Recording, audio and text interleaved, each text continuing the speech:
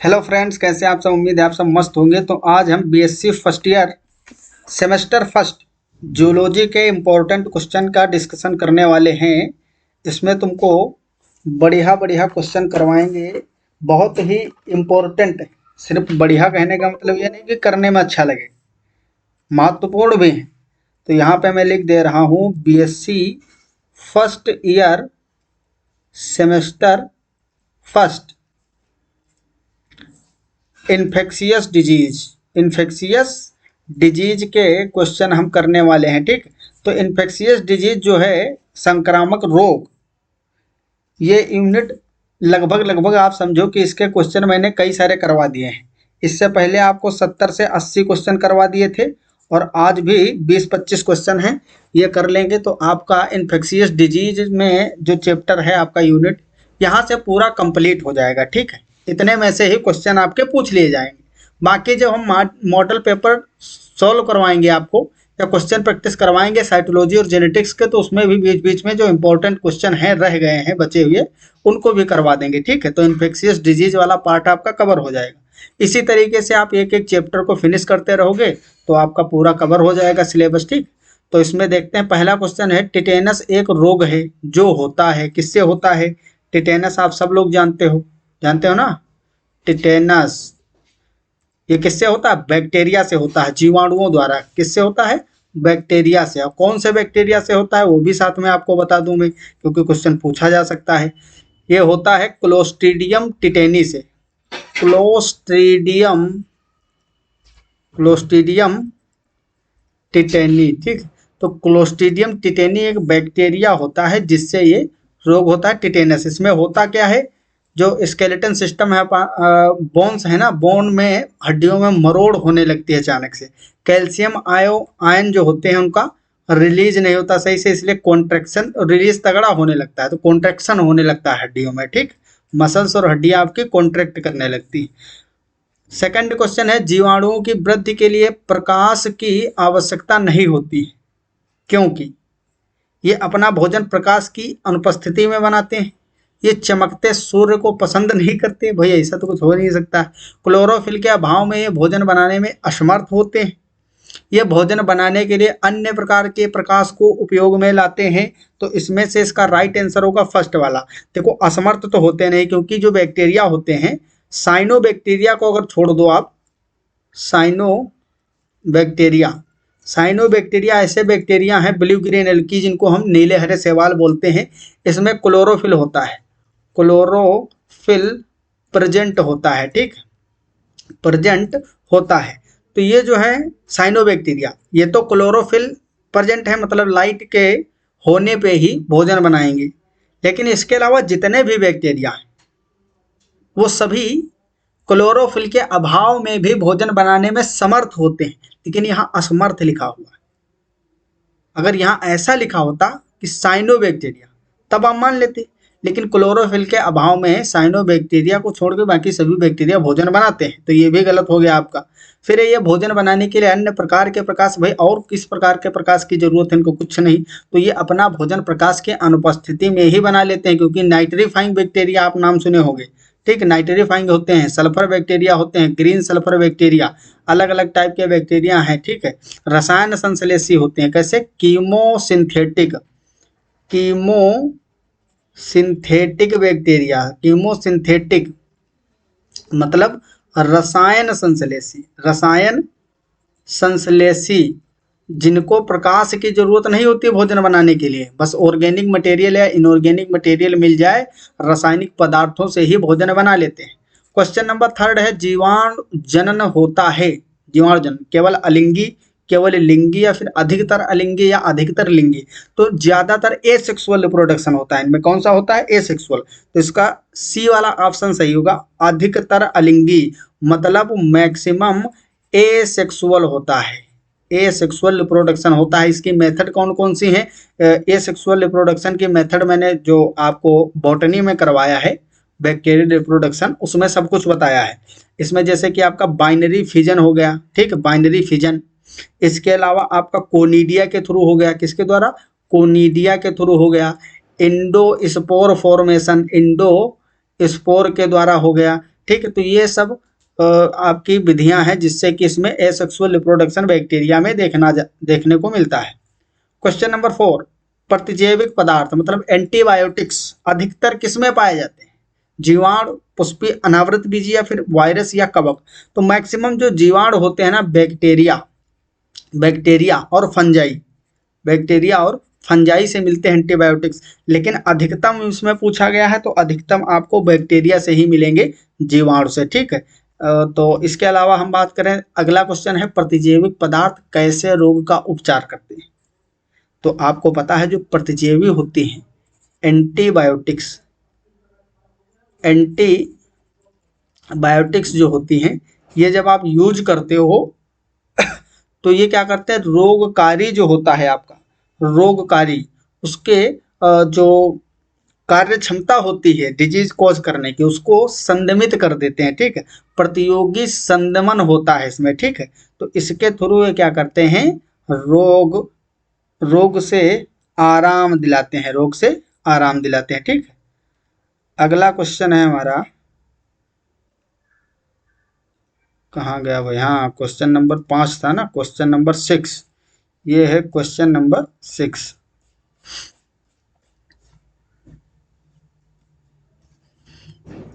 एक जीव द्वारा उत्पन्न पदार्थ यदि दूसरे जीव की वृद्धि संदमित करे तो उसे क्या कहते हैं? देखो वही क्वेश्चन उसी तरीके का पूछ लिया गया, ठीक है, थोड़ा तरीका चेंज है, क्वेश्चन वही है। अगर एक जीव द्वारा उत्पन्न पदार्थ यदि दूसरे जीव की वृद्धि को संदमित कर दे तो उसे प्रतिजैविक बोलते हैं, एंटीबायोटिक। आपने ये तो पढ़ा ही होगा, एंटीबायोटिक्स जो था, फर्स्ट एंटीबायोटिक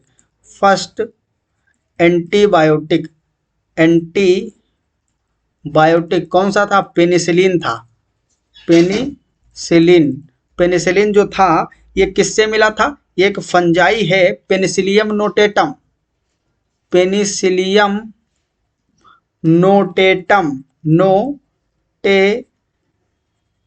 ठीक है।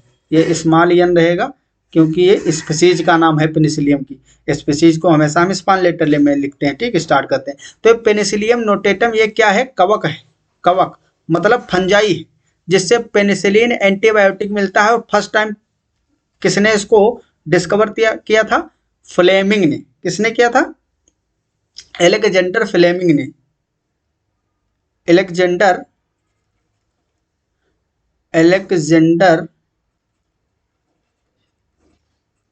फ्लेमिंग ने, ठीक है। फ्लेमिंग ने इसको डिस्कवर किया था सन 1929 में, ठीक है। 28 29 लिखा मिलता है, कहीं कहीं 28 भी मिलेगा आपको, ठीक है। तो इसके अलावा ये कर क्या रहे थे?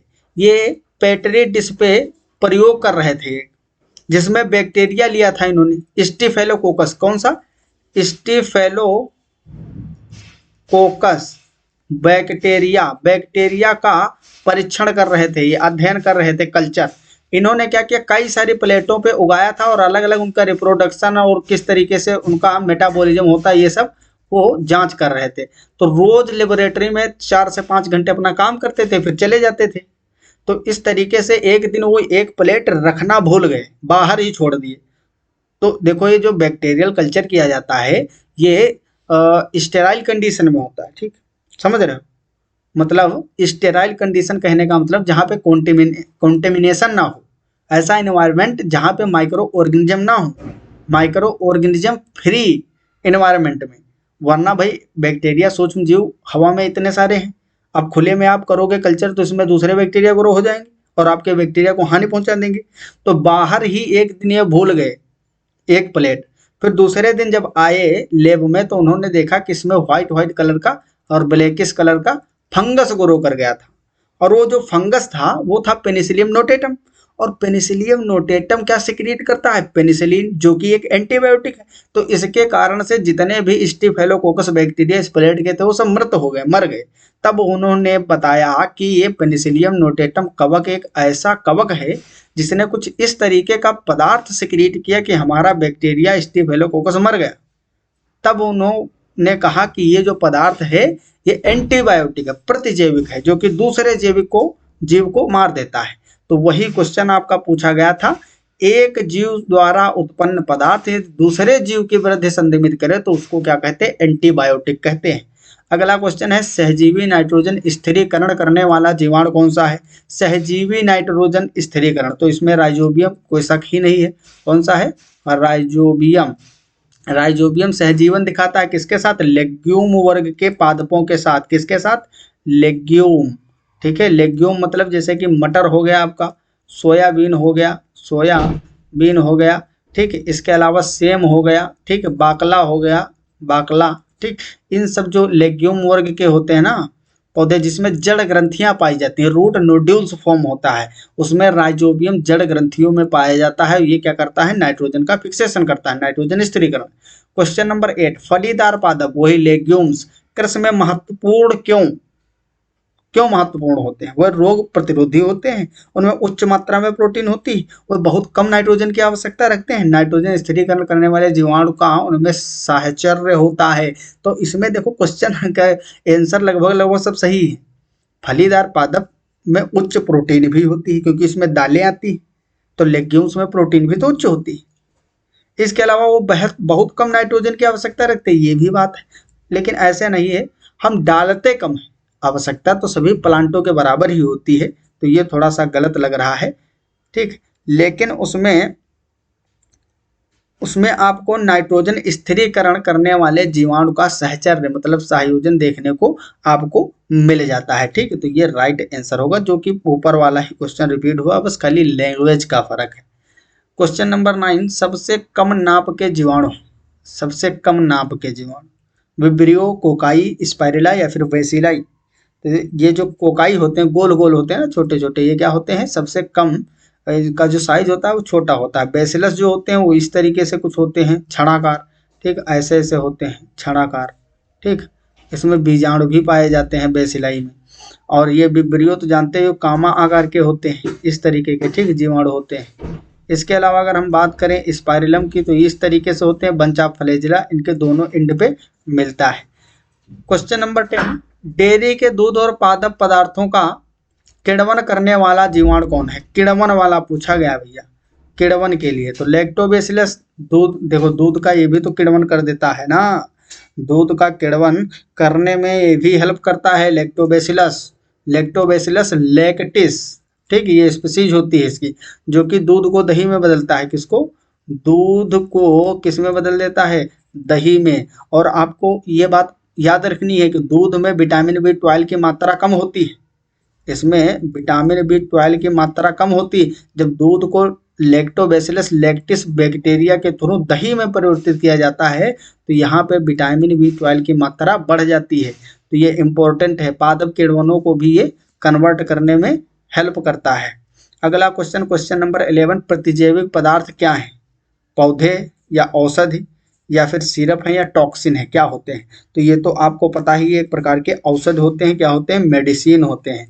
मेडिसिन, मेडिसिन को दवा बोलते हैं, औषध मतलब मेडिसिन ही बोल सकते हो। इसके अलावा आप यूज कर सकते हो ड्रग, क्या होते हैं, ड्रग्स, ड्रग मीन औषधि, ठीक। अगला क्वेश्चन है क्वेश्चन नंबर 12,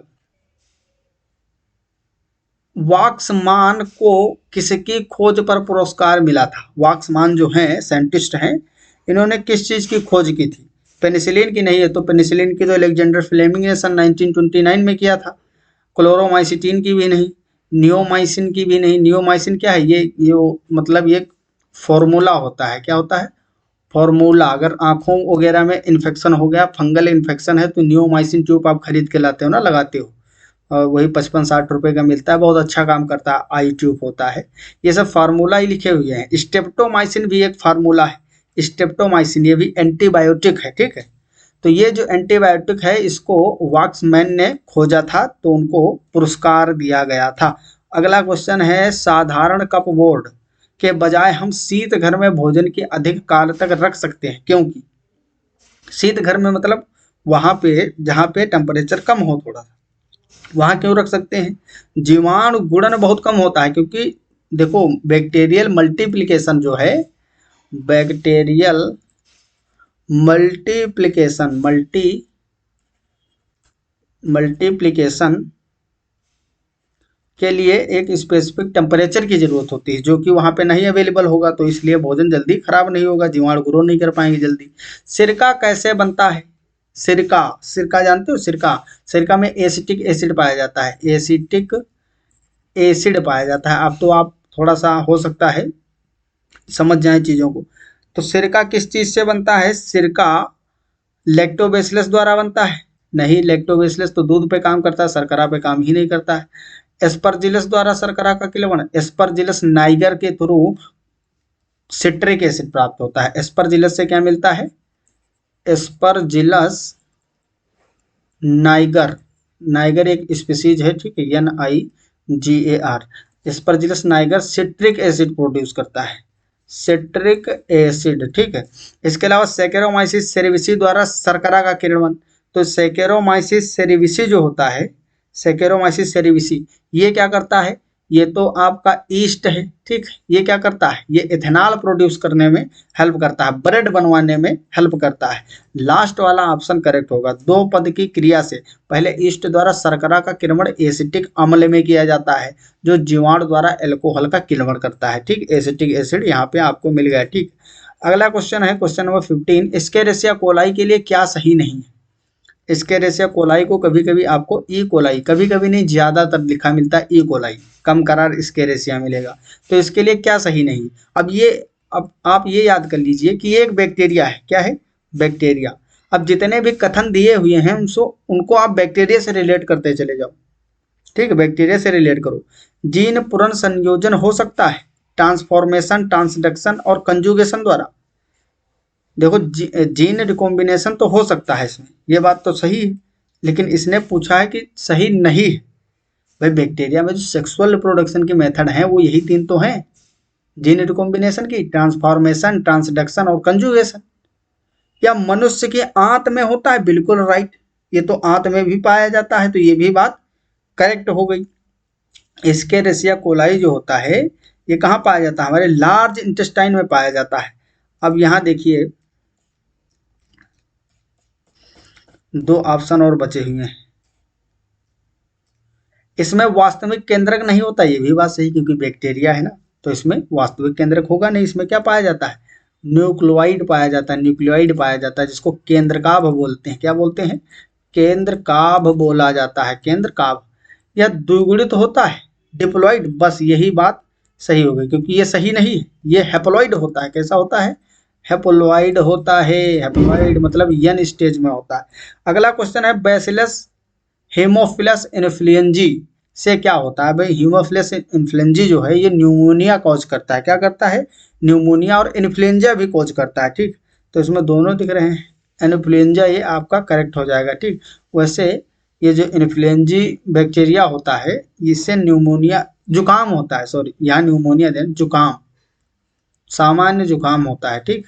जो कॉमन कोल्ड होता है वो इन्फ्लुएंजी से होता है। जीवाणु कोशिका में किसकी कमी है जो उच्च पादपों से भिन्न है? तो वास्तविक केंद्रक की कमी होती है ना, आपको पता है, ये ट्रू न्यूक्लियस अब्सेंट होता है। जीवाणु द्वारा जनित रोग कौन है? अमीबी, पेचिस, आर्थराइटिस, डिप्थीरिया, बेरीबेरी। अरे भाई इसमें सीधा आपका डिप्थीरिया हो जाएगा। बेरीबेरी जो होता है विटामिन B3 की कमी से होता है। आर्थराइटिस जो है, आर्थराइटिस, ये इसमें भी अर्थराइटिस में यूरिक एसिड क्रिस्टल वगैरह जोड़ों में, संधियों में हमारे इकट्ठा हो जाते हैं, जिससे डिजीज होता है। अमीबी पेचिस जो है एंट अमीबा हिस्टोलिट का एक प्रोटोजोआ है, जिससे होती है। डिप्थीरिया जो है, ठीक है, डिप्थीरिया ये आपका जीवाणु जनित बैक्टीरियल डिजीज है। कैसा है? बैक्टीरियल डिजीज है, ठीक है। कौन सा कथन सही है? तो मैं विद डिटेल एक्सप्लेनेशन आपको सभी क्वेश्चन करवा रहा हूँ, ठीक है। आपको उससे रिलेटेड जितने भी पॉइंट है सभी बता रहा हूँ साथ में। कौन सा कथन सही है इसमें से? सभी जीवाणु सुपोषी हैं, ये बात गलत है। साइनोबैक्टीरिया सुपोषी होते हैं, क्लोरोफिल होता है उनमें, बाकी रसायन सुपोषी होते हैं। सभी जीवाणु विविध पोषी होते हैं, तो ये बात थोड़ी थोड़ी सही है, लेकिन पूर्णतया नहीं लागू होती। सभी जीवाणु प्रकाश संश्लेषी, ये भी बात भाई ऊपर वाला और ये 3 नंबर, इसका मतलब तो वही है। सभी जीवाणु सुपोषी या सभी प्रकाश संश्लेषी, बात तो वही, तो ऐसा तो हो नहीं सकता। अधिकतर जीवाणु विविध पोषी होते हैं परंतु कुछ सपोषी। मैंने कहा था ना ये वाली पॉइंट जो है लगभग लगभग सही है, लेकिन थोड़ा सा गलत है, बस खाली साइनोबैक्टीरिया के लिए। तो साइनोबैक्टीरिया स्वपोषी होते हैं, उसके अलावा जितने भी बैक्टीरिया सब विविध पोषी होते हैं। ठीक, इनमें जो है variety of nutrition, mode of nutrition देखने को मिलता है बहुत ज़्यादा इसमें मेटाबॉलिज्म में डाइवर्सिटी देखने को मिलती है बैक्टीरिया में। स्ट्रेप्टोमाइसिन को सर्वप्रथम किसने प्राप्त किया था? स्ट्रेप्टोमाइसिन तो भैया अभी आया था, इसी के लिए तो वाक्समान को क्या मिला था? पुरस्कार दिया गया था स्ट्रेप्टोमाइसिन एंटीबायोटिक की खोज के लिए। क्वेश्चन नंबर 21, कौन सा कार्य जीवाणु का नहीं है? कौन सा कार्य जीवाणु का नहीं है? तो जीवाणु का कार्य कौन सा नहीं है भाई? नाइट्रोजन स्थिरीकरण कराता है, वाहित मल विसर्जन में भी बैक्टीरिया यूज होते हैं, एनारोबिक और एरोबिक आप पढ़े हो ना, अगर स्लश डाइजेस्टर पढ़े होगे, एनारोबिक स्लश डाइजेस्टर, तो उसमें एनारोबिक बैक्टीरिया ही तो यूज होते हैं। तो वाहित मल विसर्जन में भी बैक्टीरिया यूज होता है, क्रीम का पकाना भी, वसा का इमल्सीकरण तो हमारे पेट में फैट के द्वारा होता है। फैट का इमल्सीकरण किसके द्वारा होता है? बाइल जूस, किसके द्वारा? बाइल जूस के थ्रू होता है। पित्त रस, किसके द्वारा? पित्त रस के थ्रू होता है। तो ये भाई बैक्टीरिया का काम नहीं, इसलिए राइट आंसर इसका बी हो जाएगा।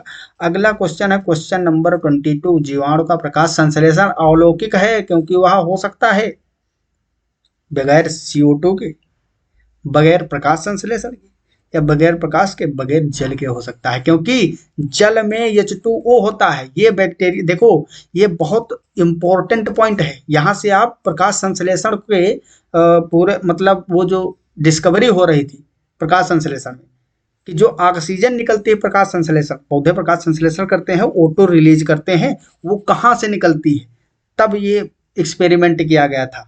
तो बैक्टीरिया जो है वो सल्फर बैक्टीरिया H2S यूज करते हैं, जल के बगैर वो प्रकाश संश्लेषण कर लेते हैं, इसीलिए वहाँ पे सल्फर गैस वो प्रोड्यूस करते थे।